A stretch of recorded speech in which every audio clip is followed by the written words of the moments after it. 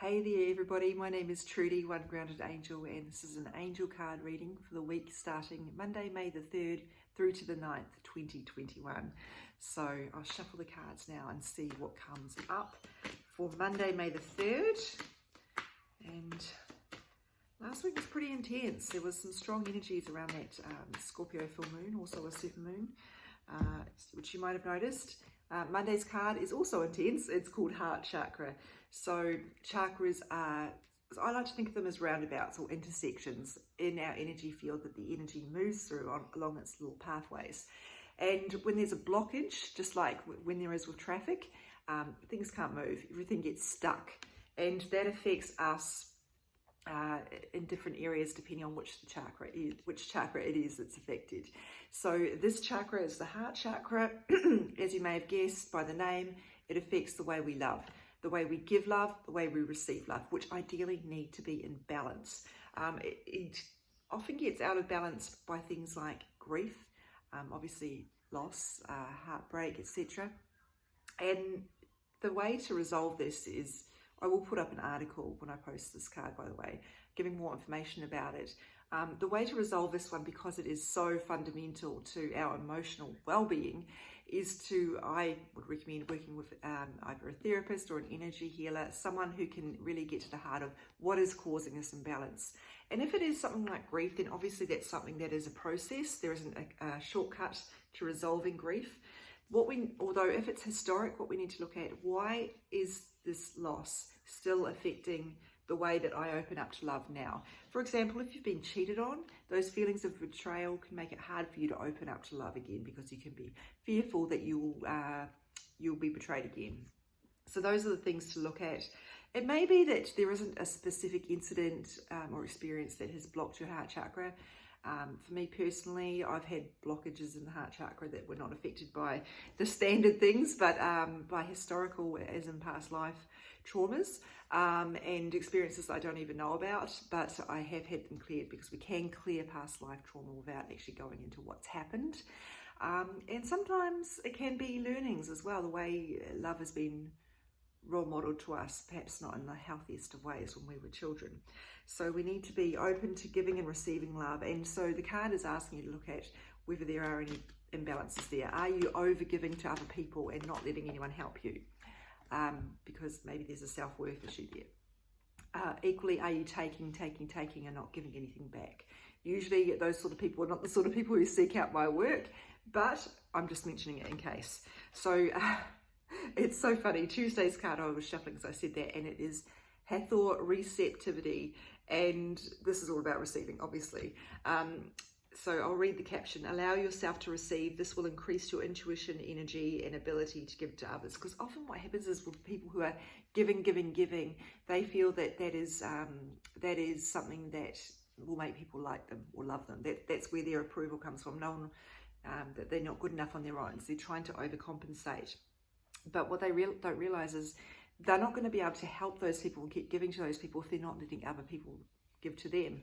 Like it's, that whole giving from an empty cup, pouring from an empty cup, you can't do that. So you need to be giving to yourself as well and allowing yourself to receive. Self-care. And self-care is not just about what we've seen on Instagram. It's not just about the bubble baths, the pampering. It's also about, giving ourselves enough sleep, setting boundaries, giving ourselves good nutrition and water, etc. But mostly this card asks you to look at, am I open to letting people help me? And if not, why not? Am I open to when people want to give me a compliment, for example? So if we're blocking that could be self-worth stuff going on that needs some work. Am I not letting people support me because I feel that I'm not good enough? Again, self-worth. Or because I feel that there will be a debt to pay for me that I can't pay. And if that's the case, why do I believe that I'm not worthy of receiving that without having to give it back? Because obviously you'll be able to give it back to someone else at some point. It's not about needing to double down by giving back to that particular person. So anyway, I've banged on about that too much. So Wednesday's card is strength. I love this image of the person holding up the whole world. And it just makes me wonder, are you carrying the weight of the world on your shoulders? Are you trying to again, because we're talking about overgiving?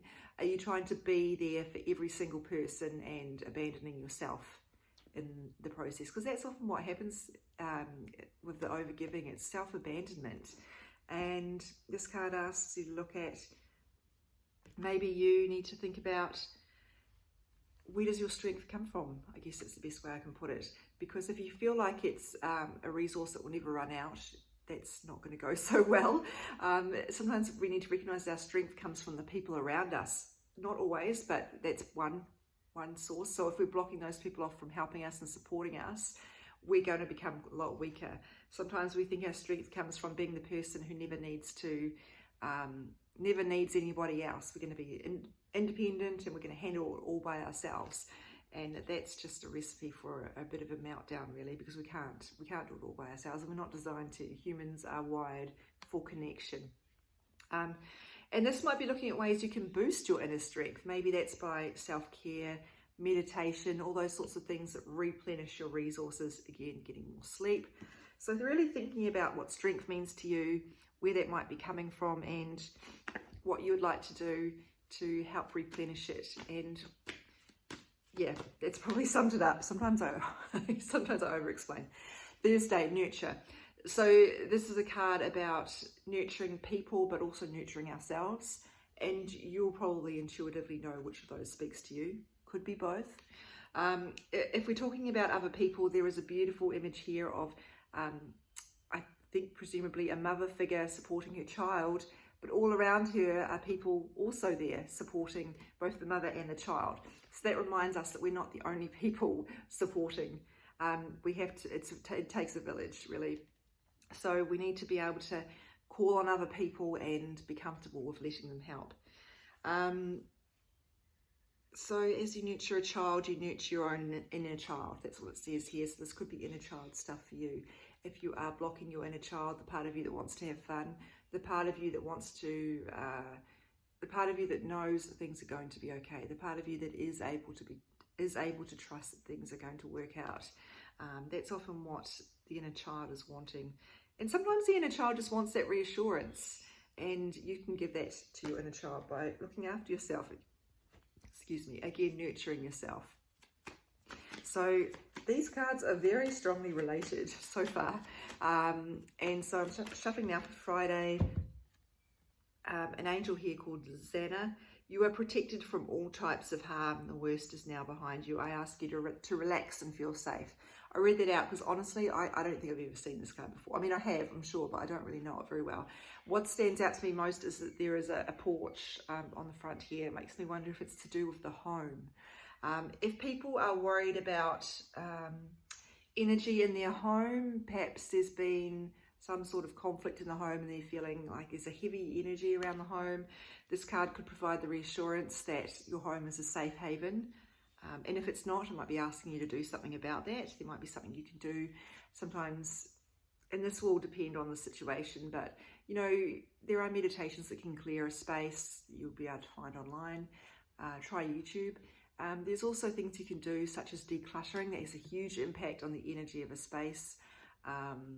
Rearranging furniture. But you also might like to ask yourself, is this actually the right place for me? Because if it's not, maybe I need to move on. And it's letting you know you're safe to do that. Or it's asking you to feel safe in your home. And if you aren't able to do anything to make yourself feel safe at home because it's not something practical, it's not about the space, and it's not about the people in it. Maybe it's about you and your something underlying that's causing that inability to feel safe. Maybe that is excessive worry. Maybe that is just a constant feeling that everything's about to go wrong at every minute, and you have to be constantly on guard against that. If so, maybe talk to me about energy healing. It doesn't have to be me. Talk to someone about energy healing, because that is a very deep issue in your energy field that needs addressing, in your subconscious. It's not going to go away just by someone or me or someone telling you you're safe, it's okay. You're not going to be able to take that on board, because that's just something that's going to the mindset, and the mindset is influenced by the energy. So we have to go deeper to really bring about those changes. Telling someone something isn't going to create lasting change for them. They need to get some help to work on what's going on at a deep level. Yeah, feeling safe. That's really what sums that up. And I'm going to go now to this card deck. Saturday. Oh, that's not the right deck. Sometimes I can get a feeling when I'm shuffling. Sometimes the cards just sort of don't work when I'm shuffling. But yeah. Okay, Saturday. I will come back to that card deck, but yeah, sometimes I'm just not feeling it. Saturday's card is the big one. It's past life healing. I love past lives. I'm a Scorpio. I'm fascinated by all of that stuff, that transformation and reincarnation, but I get it is not everybody's bag, so I'm not going to go on about it here. If this speaks to you, great. If it doesn't, what I would be asking you to look at is your own past, your childhood, etc. In regards to the situation you're facing, is there a pattern here? Has this happened before? For example, a relationship situation, if you had this in a previous relationship, does it mirror your parents' relationship in some way? Are the beliefs that are guiding you in how you approach the situation, are they being influenced by experiences that have happened to you in the past? If so, seek out healing. I know I sound repetitive here, but seems like there's a lot in here. And we're still under the influence of that Scorpio supermoon. And it depends who you ask, but what I've heard astrologers say is that the energy starts to build up to 2 weeks before the event and takes 2 weeks to dissipate. Scorpio is all about, as I mentioned, reincarnation and transformation, and really about healing at a deep level. So this could be part of it. I mean, the card says heal the past and you bring healing into the present. That really sums it up. What happens is, as humans, we tend to look at a situation in isolation.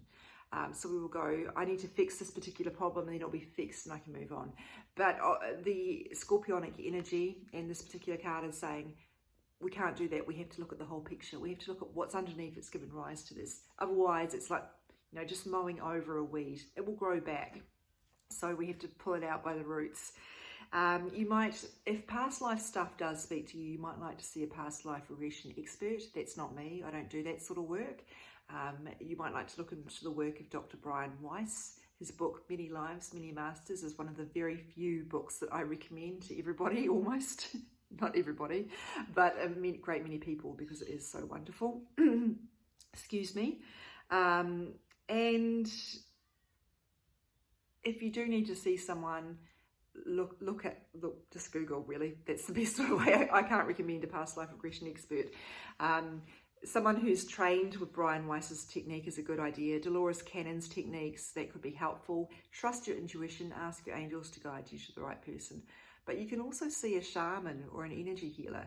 They deal with past lives, even though they won't go through the past lives and be able to help you figure out what's happened. They'll be able to heal the energy around that you are still carrying to help you move forward. So that's enough about that. Let's move on to, where am I going here?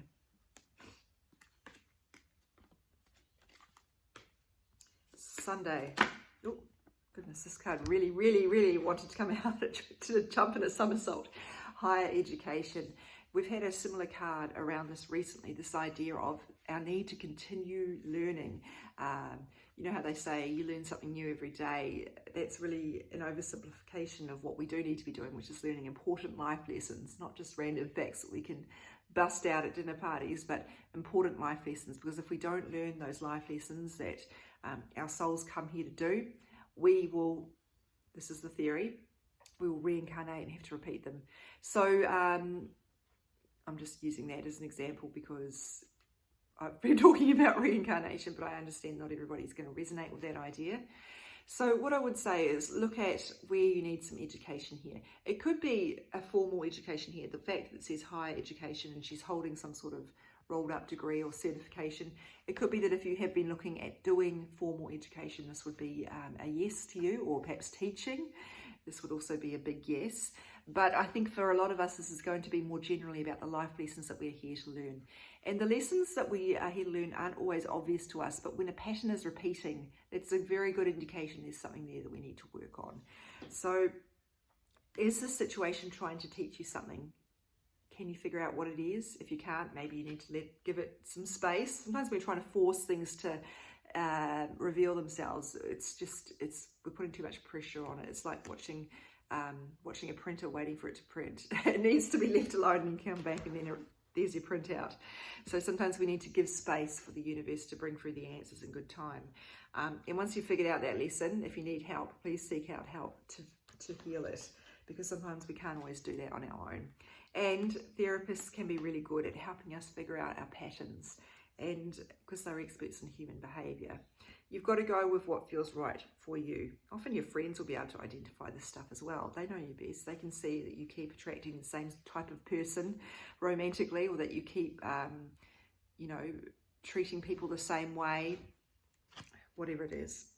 So life lessons. This is a lot. It is a lot.